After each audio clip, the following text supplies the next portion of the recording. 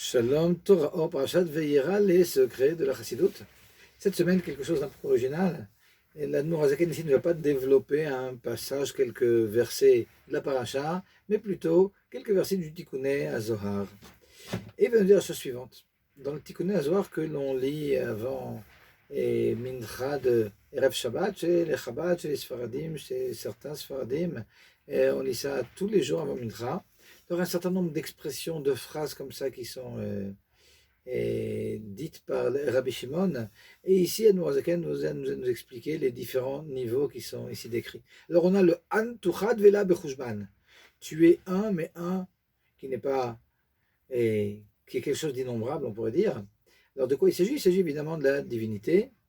Il s'agit d'Akadosh Baruch Hu qui n'est pas, à qui on ne peut pas donner de qualificatif. On a une deuxième action, on pourrait dire, Anto de apikat asar tikonin de krenen leon asar sfiran l'anhaga beon almin. Tu as fait émaner de toi 10 bijoux. Alors le mot tikonin, on va traduire par bijoux, on pourrait dire des réparations, mais ici l'explication d'Admour Hazaken, c'est qu'il s'agit de bijoux que tu as appelés sphères au moyen desquelles tu diriges le monde. Dans le même ordre d'idée, dans la mesure où il va s'agir du même niveau, comme on va l'expliquer un peu plus tard, Rabbi Shimon, un peu plus loin dans le Tikkuné HaZohar, il nous parle de Antu Chakim vela bechokma yedia. Tu es sage, mais pas d'une sagesse qui soit saisissable. Et enfin, on a une dernière expression, Levushin, Takinatlon, tu leur as fait des habits. Le Admour Hazaken reprend tout ça et puis il nous explique la première expression, Antuchad, il s'agit de la divinité. On appelle ici divinité dans ce mamar, dans ce passage, tout ce qui est au-dessus de la Tzilut. Ça s'appelle le Keter. Le Keter, de façon générale, il va comprendre tout ce qui est au-dessus du monde de l'émanation. Lorsque l'on parle de Antu d'apikat asar sfiran, ou Antu d'apikat asar tikunin, vekaden leon asar sfiran, l'anaga ben almin, tu as fait émaner de toi 10 bijoux et tu les as appelés sphères au moyen duquel tu vas diriger le monde. Alors là, c'est intéressant, parce que bon, il s'agit du monde de la Tzilut, donc du monde de l'émanation, fait de 10 sphères, mais ici, dans cette description, l'Admour Hazaken nous explique le rapport qu'il y a entre Dieu et le monde au niveau de la Tzilut. Là, c'est intéressant parce que c'est vrai que c'est difficile, on voit la Tzilut toujours comme étant la divinité, d'un autre côté, on a des niveaux qui sont supérieurs. Alors, de quoi s'agit-il? Alors, d'un côté, nous dit l'Admour Hazaken, quand on parle d'un bijou, ben, c'est quand même un habit. Donc on ne peut pas dire que la Tzilut, c'est la divinité elle-même, mais d'un autre côté, c'est un habit qui est tellement proche et avec lequel, quand il s'agit d'un bijou, la personne qui a ce bijou fusionne, qu'on peut dire que ça fait un avec la divinité, et réellement, Kadosh Baruch Hu, lorsqu'il s'habille dans ce monde de la Tzilut, il fait un avec ce monde. Donc réellement, on a quelque chose qui est divinité, bijou. C'est un bijou à la divinité, mais qui rentre totalement en symbiose avec la divinité, qu'on peut considérer aussi comme la divinité. Mais dans un troisième temps, lorsque l'on parle de Levushin, Takinatlon, tu leur as fait des habits. Alors ici, nous explique Admour Hazaken, il s'agit des mondes de Bria, Yetzira et Asiya, donc les mondes qui suivent, qui sont vraiment des habits aussi. Et pour mieux expliquer, alors il fait une analogie avec l'homme, avec l'âme de l'homme. Alors lorsque l'on parle de l'essence divine, ou bien du monde du Keter, ce qui est au-dessus de la Hatzilut, il s'agit de l'âme elle-même. Lorsque l'on parle du monde de la Hatzilut, où l'on parle là-bas de sphères qui sont des bijoux, alors des bijoux, on a dit que c'était des habits. Admour Hazaken nous dit, ce sont comme les habits qui sont les habits de l'âme, les forces intellectuelles et émotionnelles de l'homme. Et là, c'est intéressant, parce que pour qui étudie le Tanya, alors on sait qu'au 4e chapitre, on parle d'habits, mais là-bas, c'est autre chose. Les habits qui sont décrits au 4e chapitre, et les Vushim, ce sont Marshava Dibur Measeh, la pensée, la parole et l'action. C'est quelque chose qui est vraiment extérieur à l'homme, par les moyens par les choses par le moyen desquelles l'âme va s'exprimer. Mais lorsque l'on parle des forces de l'âme, alors l'Admour Hazaken n'a pas utilisé le mot d'habit. Hein. Les forces de l'âme, on a l'impression que c'est vraiment une partie de l'âme dans le Tanya. Et nous explique Admour Hazaken, et le Tzemar Tzedek qui explique les Mahamarim du Admour Hazaken, qu'en réalité, c'est vrai que dans le Tanya, on ne parle pas d'habit. Ouais, parce que la fusion qu'il y a entre l'âme et ses forces, elle est tellement grande qu'on peut dire que ses forces font partie de l'âme. Mais en réalité, ce sont des habits, ce sont des bijoux, et le rapport qu'il y a entre Akadosh Baruch Hu et le monde de la Tzilut, c'est exactement le rapport qu'il y a entre l'âme même et puis ses forces. Donc on voit quelque chose de vraiment, vraiment un lien intime, malgré le fait que ce soit un bijou, donc un habit d'une certaine façon. Et ici, ben, ces forces intellectuelles et émotionnelles chez l'homme, ce sont chez Akadosh Baruch Hu Kaviachol, les sphères du monde de la Tzilut dans lesquelles il va s'habiller.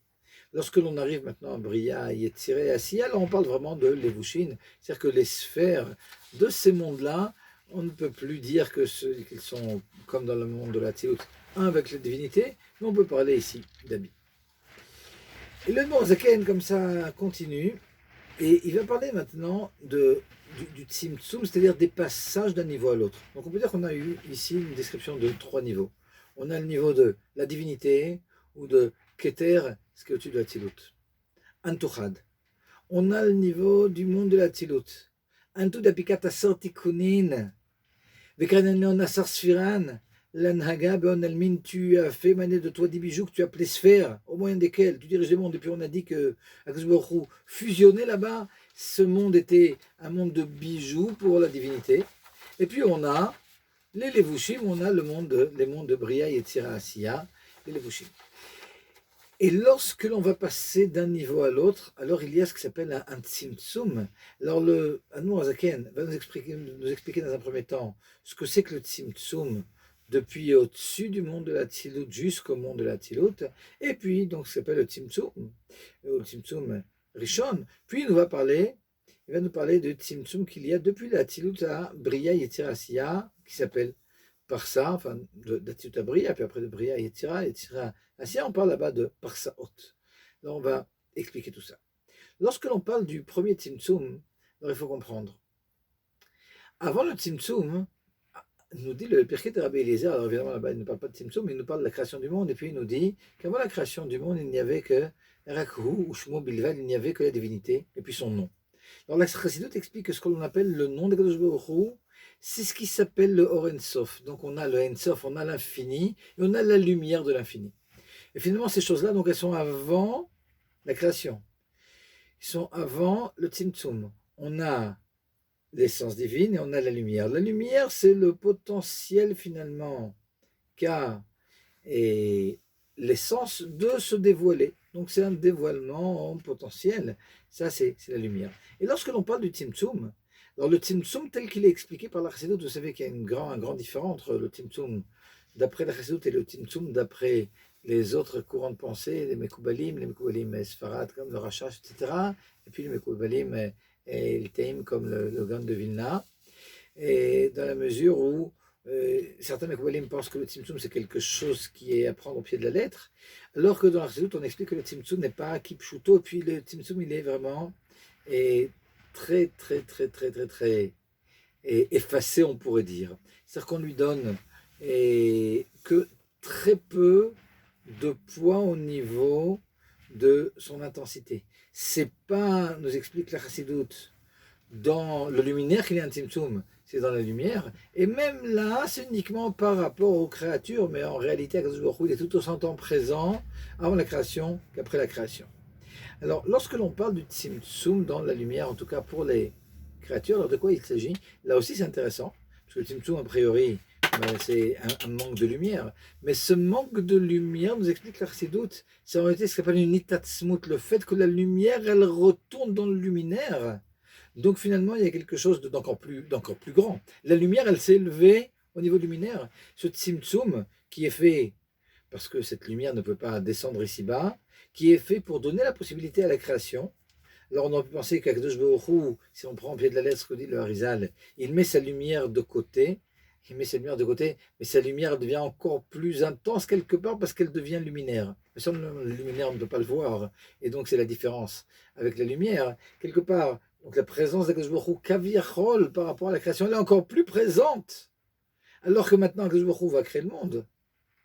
Mais c'est tellement fort que finalement on ne peut absolument rien voir. Ouais, et cette lumière donc se cache, et il y a la possibilité donc qu'il y ait le monde. Et comment elle se cache alors ici? La Noirzaken va nous faire plusieurs analogies. Alors on dit la première chose, vous prenez une âme elle est là pour donner de la vitalité à un corps. Mais l'âme, elle a malgré tout ce potentiel de vitalité qu'elle veut donner au corps, même s'il n'y a pas de corps. Dans l'âme, il y a déjà cette chose-là. Mais évidemment, s'il n'y a pas de corps, alors elle ne peut pas éclairer le corps, elle ne peut pas éclairer. Ouais, ça, c'est, on peut dire, la lumière de l'âme lorsqu'elle retourne dans l'âme, c'est la lumière divine lorsqu'il y a le Tzimtzum. Deuxième analogie que fait le Zaken, il nous dit quelqu'un qui est chacham, quelqu'un qui est sage, bon, il peut faire aussi d'autres choses. Il lui arrive même de faire la cuisine, par exemple. Alors pour ça, il n'a pas besoin de tout ce qu'il connaît, mais malgré tout, sa chorma existe. Alors là, elle n'est pas en train de briller. Elle n'est pas en train de briller, elle est retournée à sa place quelque part très très haut.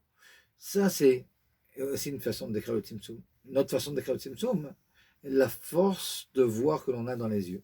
Cette force de voir, elle s'exprime lorsque les yeux sont ouverts. Lorsque l'on ferme les yeux, on n'a plus finalement cette force de voir, on ne voit pas, mais malgré tout, tout est là. Tout est là et quelque part, la force ici en question, elle est même retournée, on peut dire, au plus profond des yeux. Donc ça nous donne déjà une idée du Tzimtzum qui n'était pas ce qu'on pensait, quelque chose qui est mis de côté, mais plus quelque chose qui devient encore plus, plus important et de par cela, le maître il se cache.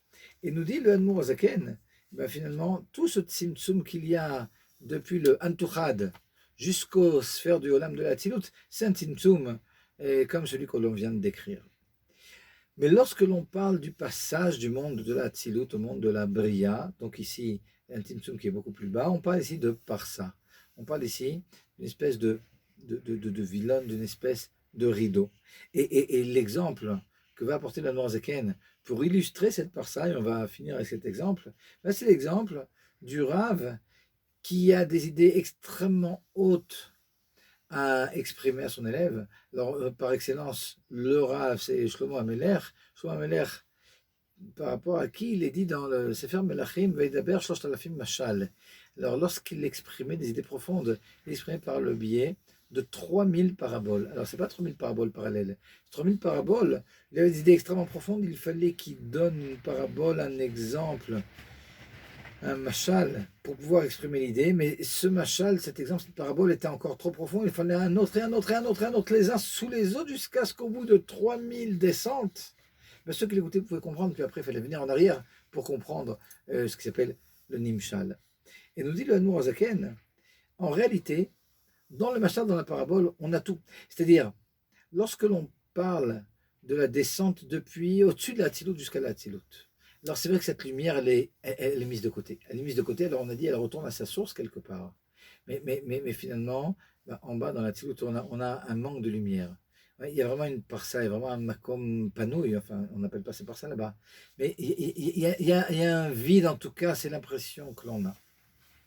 En passant, Noirzaken nous dit attention, tout ça c'est dans la lumière, ouais, parce que dans l'essence, elle est tout aussi présente qu'elle l'était avant le Tzimtzum, au point, nous dit le Noirzaken, que même des petits enfants, ils comprennent et ils sentent qu'Akadosh Baruch Hu est présent partout. C'est très fort comme idée, mais alors ça c'est donc par rapport au premier Tzimtzum. Mais dans ce deuxième Tzimtzum qui s'appelle la Parsa du monde de la Tzilut, donc depuis ses bijoux jusqu'aux habits, hein, les habits, c'est plus comme des bijoux, c'est quelque chose déjà de plus extérieur. C'est un peu comme la pensée, la parole, l'action chez l'homme. Et bien ici, on a un autre type de descente, mais cet autre type de descente, malgré tout, il est d'un autre ordre dans la mesure où il y a quand même un rapport entre ce qu'il y a dans la Tzilut et ce qu'il y a dans Bria. Alors c'est vrai, nous dirait Admour Zaken, que de la même façon qu'on parle de Bria, Yesh Me'ain, et Ex Nihilo, depuis le monde du Keter jusqu'à la Tzilut, on continue à parler de création ex nihilo depuis la Tzilut jusqu'à Bria Yetzirasya. Mais malgré tout, nous dit-il, et cette parsa, elle n'est pas aussi, on dirait, traumatique que le Tzimtzum qu'il y a jusqu'au monde de la Tzilut, parce que lorsqu'on fait l'analogie, on comprend que ce Tzimtzum, il est parallèle à l'exemple que va prendre le Rav pour faire passer une idée très profonde. En réalité, quand on a bien compris, dans cet exemple, il y avait l'idée, donc l'idée est présente, ce n'est pas comme la présence de la lumière quand elle est retournée à sa source. lors du premier Tzimtzum, c'est une présence quand même qui est beaucoup plus claire, que l'on peut beaucoup plus ressentir. Voilà, c'est ce premier développement d'Admor Azaken ici, par rapport à Parashat Vayera. Shabbat Shalom à tous.